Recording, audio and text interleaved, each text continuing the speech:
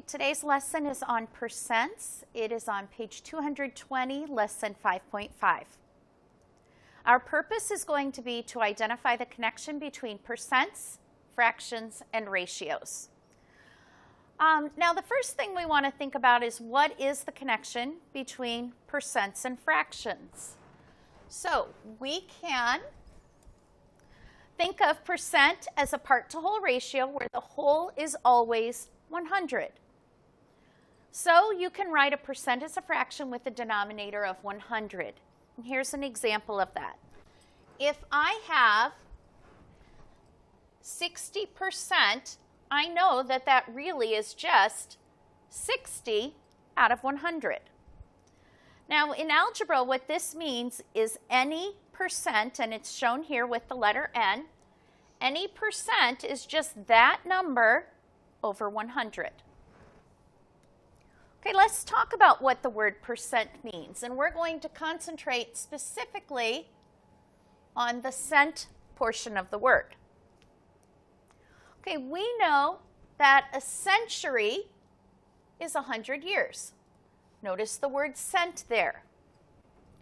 We also know that a cent in American money is 1/100th of a dollar. Once again, cent. Over here we're talking 100 years. Here we're talking 1/100th of a dollar. Finally, in Mexico, a centavo is 1/100th of a peso. Once again, we see the word cent, and it's relating to 100 or 100th again. So we can conclude that cent means 100. So percent means per 100. And I know you're all familiar with the percent symbol. Okay, so let's apply this to our fractions. We can write an equivalent fraction with a denominator of 100 to show what percent that fraction is. So if you take a look at the numbers 1/4, if I multiply both the numerator and the denominator by 25, I'm going to get 25 hundredths. And 25 hundredths is equal to 25%. Anytime you have a fraction with a denominator of 100, that number is going to be the percent. Now, let's talk about how we can use this or relate it to a ratio table.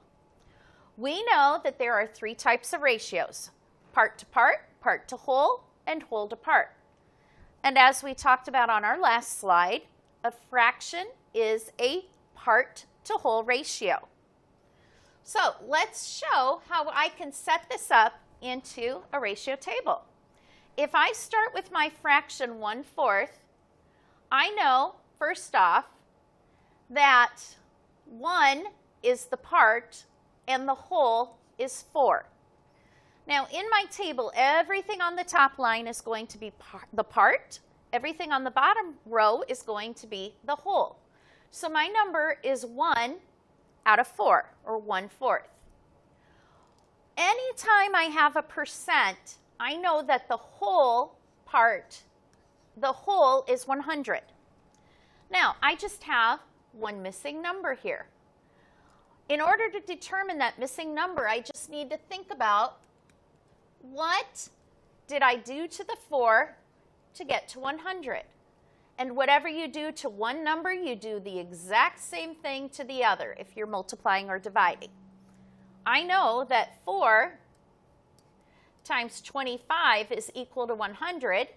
So if I multiply 1 times 25, I get 25 hundredths as my fraction, which in turn is equal to 25%.